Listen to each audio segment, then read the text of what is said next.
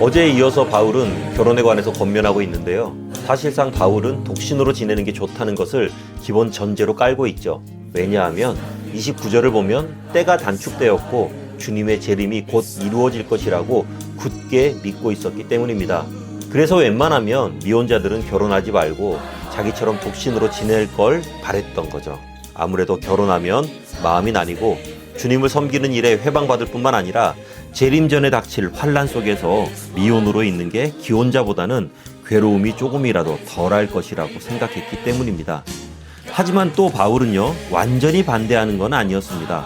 36절을 보면 딸이 결혼하고 싶어 하거나 결혼할 상황이 되면 결혼시키라고 합니다. 굳이 결혼을 막거나 만류하지 않습니다. 바울은 종말이 임박한 때라고 해서 어떤 특별한 생활을 성도들에게 요구하지 않습니다.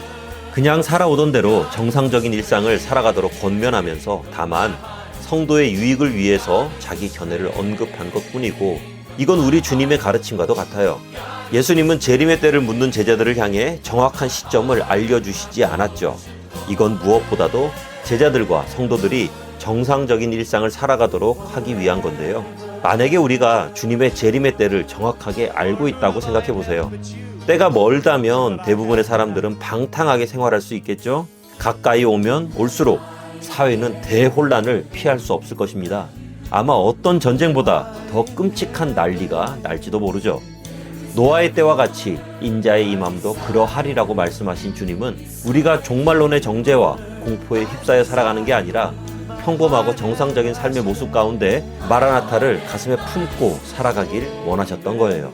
하지만 잘못된 종말론을 가진 이단들, 결혼도, 자식도, 부모도, 재산도 다 필요 없다고 하죠. 이런 건 뭐 언급할 가치도 없는 거죠. 아무튼 우리는 주님이 언제 재림하실지 그때를 전혀 알 수 없습니다. 오늘 당장 오실지 몇백 년 후가 될지 누구도 알 수 없습니다.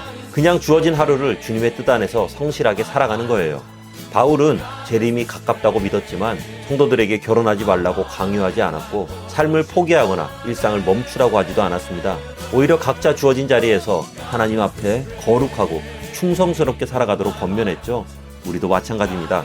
신앙은 현실을 떠나거나 극단적인 삶을 사는 게 아니라 지극히 평범한 일상의 현실 속에서 하나님을 드러내는 삶입니다. 가정을 돌보고 맡겨진 일을 책임감 있게 감당하고 하루하루를 정직하고 성실하게 살아내는 것, 그것이 하나님께서 기뻐하시는 믿음의 모습입니다. 어떤 사람은 거창한 일을 해야 하나님께 충성하는 것처럼 생각하지만 하나님은 오늘 내게 맡겨진 평범한 삶 속에서 그 충성을 보십니다. 말씀대로 살아보려고 애쓰는 것, 가족을 사랑으로 섬기는 것, 지치고 힘들어도 자신의 자리를 지켜내는 것, 죄와 피 흘리기까지 싸우면서 거룩과 경건을 이루기 위해 노력하는 것, 이런 우리의 일상이 사실은 가장 깊은 믿음의 모습일 것입니다. 우리는 미래를 다 알지 못합니다. 하지만 분명한 건 하나님께서 오늘도 우리의 삶 가운데 함께 하신다는 거죠. 내일에 대한 막연한 불안함보다 오늘 하나님이 맡기신 하루를 최선을 다해 살아가는 우리 모두가 되기를 주님의 이름으로 축원합니다.